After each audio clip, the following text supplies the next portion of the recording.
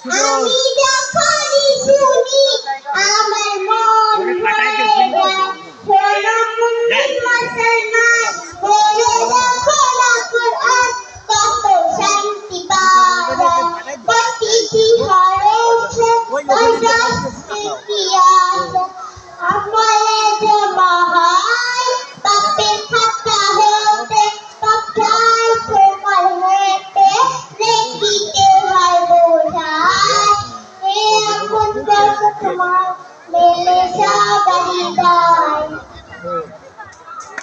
आपका नाम क्या है? नाम बस लेना হ্যাঁ ভাই মারতে ক্লোজ